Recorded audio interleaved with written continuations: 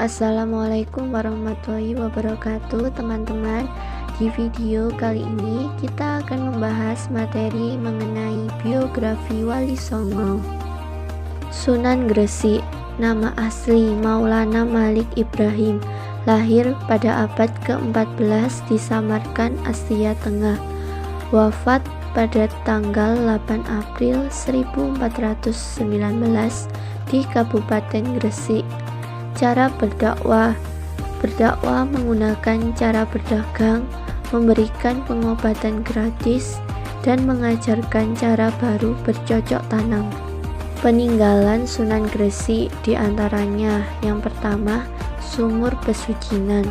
Sumur ini bertempat di kawasan kompleks Masjid Pesucinan. Orang-orang yang datang biasanya akan meminum air dari sumur tersebut karena mitos bahwa air tersebut dapat menyembuhkan suatu penyakit.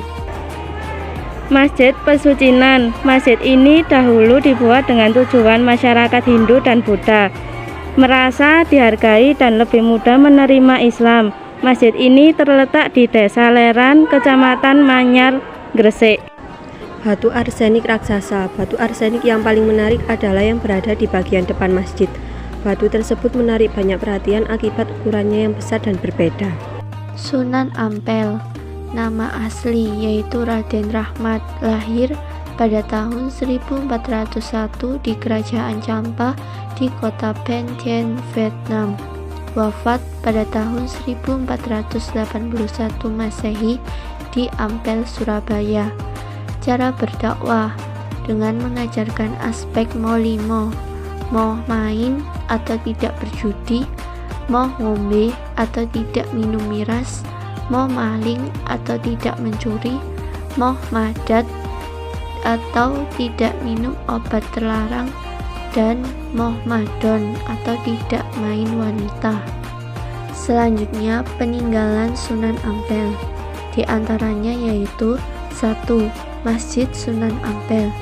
Masjid Ampel didirikan tahun 1421 oleh Sunan Ampel, dibantu sahabat karibnya Mbah Soleh dan Mbah Son Haji serta santrinya. Kedua, Masjid Jami Penili. Pemilik nama asli Raden Muhammad Ali Rohmatullah mendirikan Masjid Jami Penili. Dibangun sekitar abad ke-18, sekitar 1430 Masehi.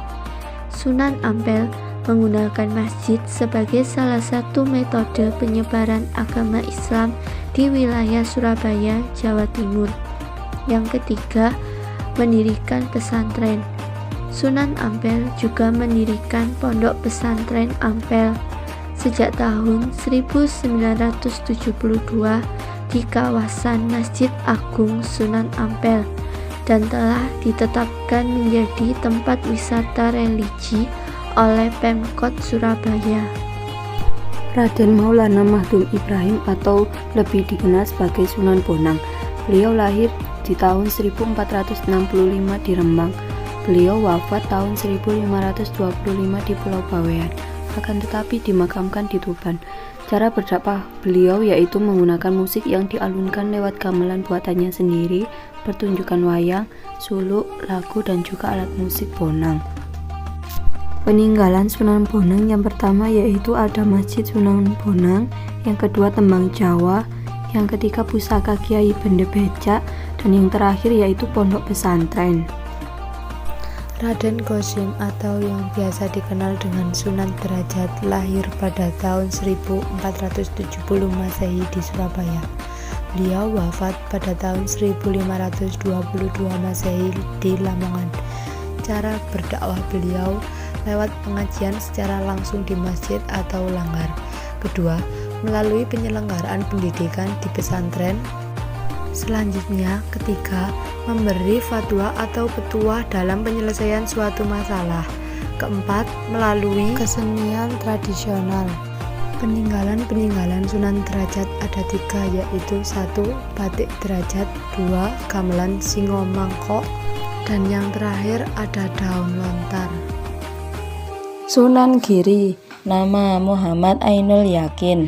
Lahir pada tahun 1442 di Blambangan. Wafat 1506, dimakamkan di atas bukit dalam cungkup berarsitektur khas Jawa yang sangat unik. Cara berdakwah. Berdakwah melalui permainan anak-anak. Beliau menciptakan permainan seperti jelungan, jamuran, gendir, gerit, dan cuplak-cuplak suweng. Permainan anak-anak ini menjadi sangat populer sebagai permainan tradisional dari Jawa dan keberadaannya hingga sekarang masih bisa dimainkan. Macam-macam peninggalan Sunan Giri, yaitu Masjid Sunan Giri, Giri Kedaton, dan Telaga Pegat. Raden Mas Said atau yang biasa dikenal dengan Sunan Kalijaga lahir pada tahun 1450 di Tuban. Beliau wafat pada tahun 1953 di Demak. Cara berdakwah beliau melalui pendekatan kultural, yaitu seni ukir, wayang, gamelan, dan seni suara suluk. Beliau juga pencipta baju takwa, perayaan Sekaten Grebel Maulid, dan wayang Kalimosodo. Peninggalan Sunan Kalijaga ada 5. Yang pertama, Rompi Ontokusumo. Yang kedua, Keris Kiai Carubuk. Yang ketiga, Api Abadi Merapen. Yang keempat, Sumur Jalatunda. Dan yang terakhir, Batu Bobot. Jafar Shadiq atau lebih dikenal dengan sebutan Sunan Kudus. Nama lengkap beliau adalah Sayyid Jafar Shadiq Ahmad Khan. Beliau lahir pada 9 September 1400 Masehi di Palestina.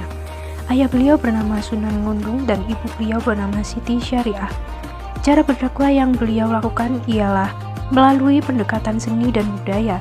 Ia tidak langsung melarang masyarakat yang masih menganut kepercayaan animisme dan agama Hindu-Buddha, melainkan merangkulnya pelan-pelan.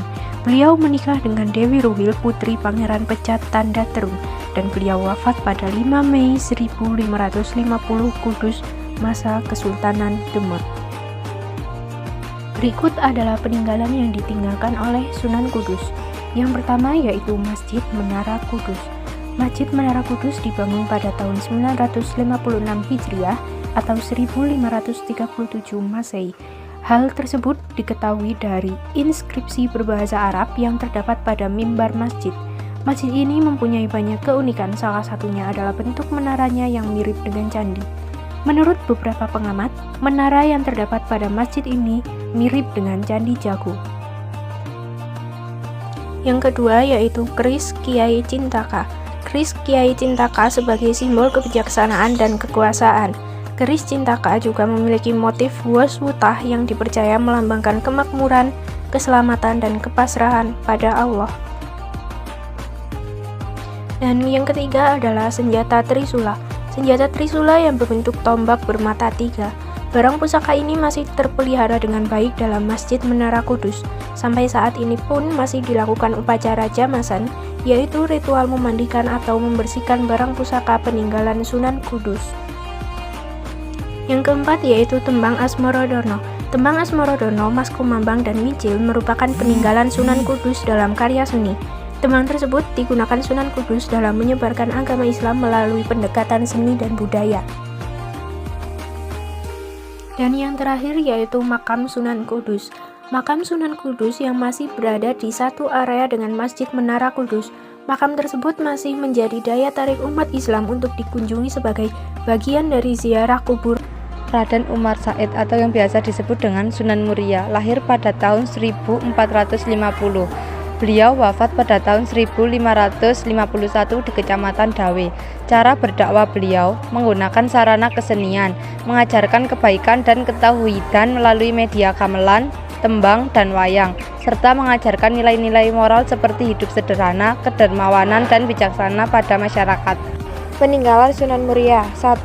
Gua Parijoto.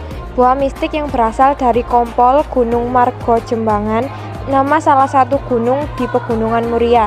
Letaknya di sebelah utara puncak Gunung Muria. Yang kedua, pohon jati Keramat Masin. Peninggalan Sunan Muria berikutnya adalah pohon jati yang ada di daerah Masin. Pohon ini dikeramatkan oleh warga setempat karena mengandung sebuah mitos di mana orang yang menebang pohon jati ini maka ia akan mendapatkan kesialan hidup. Yang ketiga yaitu bulusan dan kayu adem ati. Peninggalan Sunan Muria berupa bulusan dan kayu adem ati. Saat itu, dikala Sunan Muria masih ada, hiduplah seekor bulus atau kura-kura berukuran kecil. Bulus ini dipercaya bukan bulus biasa, melainkan jelmaan manusia. Ada juga sebuah pohon keramat yang dinamakan kayu adem ati oleh masyarakat sekitar. Arif Hidayatullah atau biasa dipanggil Sunan Gunung Jati merupakan salah satu sunan yang lahir pada tahun 1448 Masehi di Kairo, Mesir. Wafat pada tahun 1570 Masehi dan dimakamkan di Gunung Jati. Lebih tepatnya di puncak Bukit Sambung yang khusus didirikan di pinggiran kota Cirebon. Cara berdakwah Sunan Gunung Jati merupakan melalui jalur politik. Strategi dakwah untuk menyebarkan agama Islam di Nusantara adalah memperkuat kedudukan politis. Peninggalan Sunan Gunung Jati. Yang pertama adalah Masjid Agung Sang Cipta Rasa yang didirikan pada tahun 1480 Masehi. Ini terletak di dalam kompleks Keraton Kasepuhan, Kota Cirebon, Jawa Barat. Lebih tepatnya, lokasi masjid ini berada di bagian barat dari alun-alun Kota Cirebon. Yang kedua adalah Kereta Kencana Singa Barong. Kereta ini merupakan salah satu kendaraan yang ada pada zaman Sunan Gunung Jati. Kereta ini memiliki warna yang sempurna karena dilapisi serbu intan emas yang merupakan cikal bakal di teknologi modern dinamakan metalik.